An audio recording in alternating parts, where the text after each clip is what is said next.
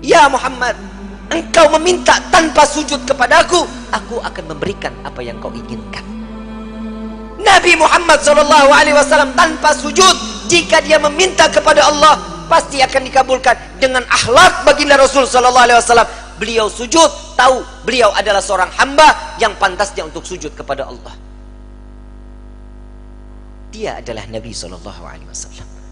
Tatkala mereka datang bersama dengan Nabi, ya Rasulullah, mintalah permohonan kepada Allah. Apa jawaban Nabi?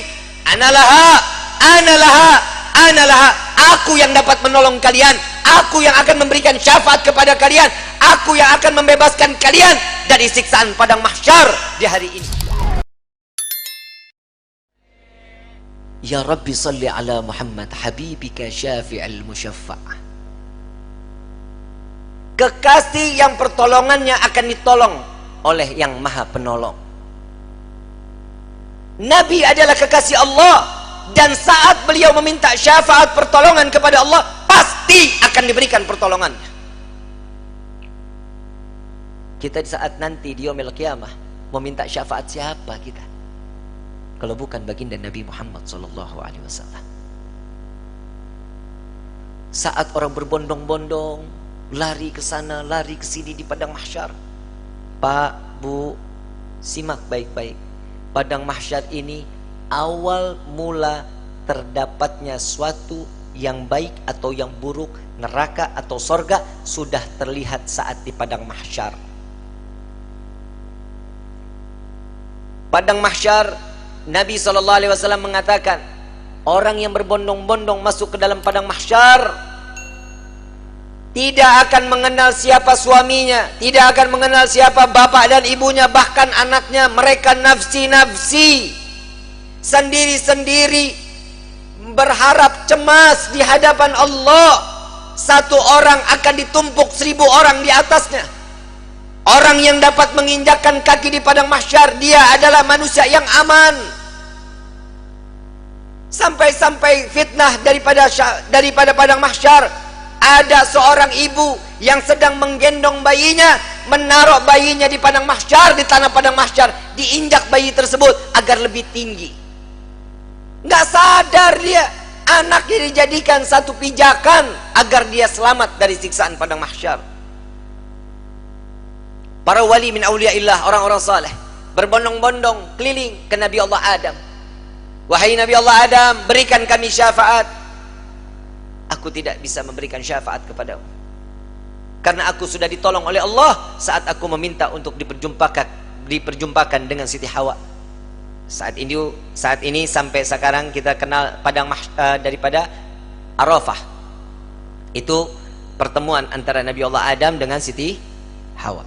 Ditolong oleh Allah. Jalan lagi kepada Nabi Musa.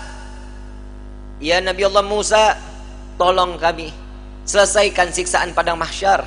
Mereka ada yang tenggelam sampai mata kakinya karena dosanya, ada yang sampai kepada lututnya, ada yang sampai ke pinggangnya, bahkan ada yang sampai pusarnya dan juga dadanya, bahkan ada yang seleher, ada juga yang sampai di ujung daripada hidungnya, dan juga ada yang di atas kepala, bahkan 2 hasta di atas kepala, tenggelam karena dosa-dosa mereka. Kebayang setiap manusia, insan, masuk ke dalam lautan, tenggelam di lautan, sebentar akan mati.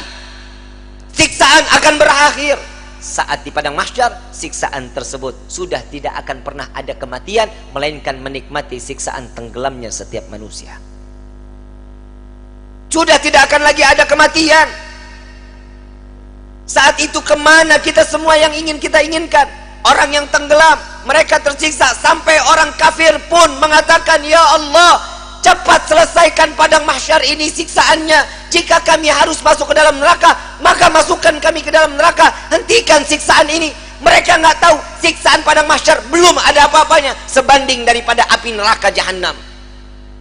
Orang kafir semua tidak ada yang sanggup melaksanakan daripada siksaan padang mahsyar, memohon agar dihentikan. Sampai kepada Nabi Musa, aku tidak dapat menolong kalian karena aku telah diberikan syafaat oleh Allah menyelamatkan umatku saat dikejar-kejar oleh orang-orang Fir'aun. Coba kau ke Nabi Ibrahim, berangkat ke Nabi Ibrahim, Ya Nabi Allah Ibrahim, engkau adalah Khalilullah. Sampaikan kepada Allah, selesaikan pada mahsyar ini. Aku tidak dapat memberikan syafaat kepada kalian, karena aku telah ditolong oleh Allah saat aku dimasukkan ke dalam api Raja Namrud. Nafsi, nafsi, nafsi, nafsi. Sendiri, sendiri, sendiri, sendiri. Silahkan engkau ke Nabi Isa. Sampai ke Nabi Isa. Ya Nabi Allah Isa, engkau adalah Ruhullah. Sampaikan kepada Allah agar berikan syafaat kepada kami, selesaikan siksaan pada mahsyar. Apa jawaban Nabi Allah Isa?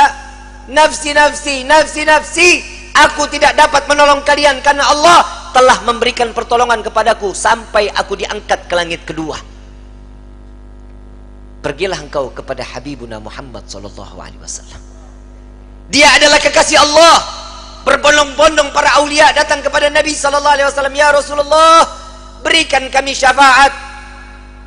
Sebelum orang tersebut berbondong-bondong datang kepada Nabi, Nabi sallallahu alaihi wasallam sudah melihat mereka akan datang kepada Nabi. Nabi berjumpa dengan Allah, Nabi sujud kepada Allah. Ya Muhammad, angkat kepalamu. Tidak lagi ada yang ibadah di padang mahsyar ini. Mengangkat kepala, lalu sujud lagi Allah. Di hadapan Allah, Nabi Muhammad SAW diangkat lagi. Wahai kekasihku, angkat kepalamu. Sudah tidak ada lagi yang ibadah di padang mahsyar ini. Tetap Nabi mengangkat kepala lalu sujud lagi kepada Allah. Sampai terakhir, apa yang kau inginkan wahai kekasihku? Ya Allah, selesaikan siksaan padang mahsyar. Biarkan mereka, masukkan mereka ke mizan penimbangan amal baik amal buruk mereka. Ya Muhammad, engkau meminta tanpa sujud kepadaku, aku akan memberikan apa yang kau inginkan. Nabi Muhammad SAW tanpa sujud, jika dia meminta kepada Allah pasti akan dikabulkan. Dengan akhlak baginda Rasul SAW, beliau sujud, tahu beliau adalah seorang hamba yang pantasnya untuk sujud kepada Allah. Dia adalah Nabi SAW. Tatkala mereka datang bersama dengan Nabi, ya Rasulullah, mintalah permohonan kepada Allah. Apa jawaban Nabi? Analaha, analaha, analaha. Aku yang dapat menolong kalian. Aku yang akan memberikan syafaat kepada kalian. Aku yang akan membebaskan kalian dari siksaan padang mahsyar di hari ini. Saat dia meminta selesai padang mahsyar, masuk mereka semua ke mizan. Sampai di mizan, Nabi berdiri di depan mizan, melihat rombongan daripada umatnya. Saat beliau dalam keadaan dosa yang begitu besar, Nabi sujud kembali di hadapan Allah. Ya Rabb, doa baginda Rasul sallallahu alaihi wasallam, ya Allah, ringankan beban dosa umatku, beratkan pahala mereka, ampuni dosa mereka ya Allah. Kita berbuat dosa di atas bumi Allah, Nabi yang terus menerus. Sampai di mizan pun Nabi sujud kepada Allah agar kita diselamatkan, dibebaskan, agar masuknya kita ke dalam syurganya Allah. Setelah mizan, Nabi SAW berdiri lagi di sirat. Saat dimana jembatan tersebut, satu helai rambut dibelah menjadi 7, tajamnya luar biasa, di bawahnya neraka jahanam. Nabi menunggu sampai ada umat yang ingin tergelincir, dipegang oleh Nabi, dituntun sampai di ujung daripada jembatan tersebut. Nabi menjaga umat sampai saat di dalam surga kelak, Nabi berdiri di depan pintu surga, tidak masuk ke dalam pintu surga, menunggu satu persatu agar masuk, mereka dimasuk ke dalam surga. Sampai di dalam riwayat Siti Fatimah bertanya, ya Rasulullah, untuk apa kau berdiri di depan pintu surga? Aku menunggu umatku. Jika satu yang tertinggal belum masuk ke dalam surga, maka aku tidak akan pernah masuk ke dalam surganya Allah. Huwa Muhammadah, dia adalah Sayyiduna Muhammad. Sampai di dalam satu riwayat lain, Rasulullah izin kepada Allah melihat daripada daftarnya, umat satunya belum masuk ke dalam surganya Allah. Nabi berbincang kepada Allah, ya Rabb, izinkan Muhammad untuk memeriksa neraka. Sampai beliau masuk ke dalam neraka, mencari umatnya, lalu setelah itu diambil, lalu dibawa masuk ke dalam surganya Allah. Dia adalah Sayyiduna Muhammad, dia adalah pemimpin kalian, dia adalah nabi kalian, dia adalah rasul kalian. Tidakkah kalian malu tatkala kalian berbuat dosa di hadapan Allah? Mau sampai kapan hidup kita selalu tutup mata di dalam kemaksiatan kepada Allah?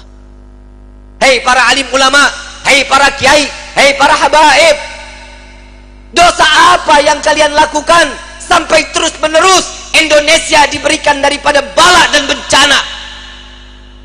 Wahai umat Nabi Muhammad, dosa yang mana yang kalian lakukan sehingga kalian enggan untuk bertaubat kepada Allah?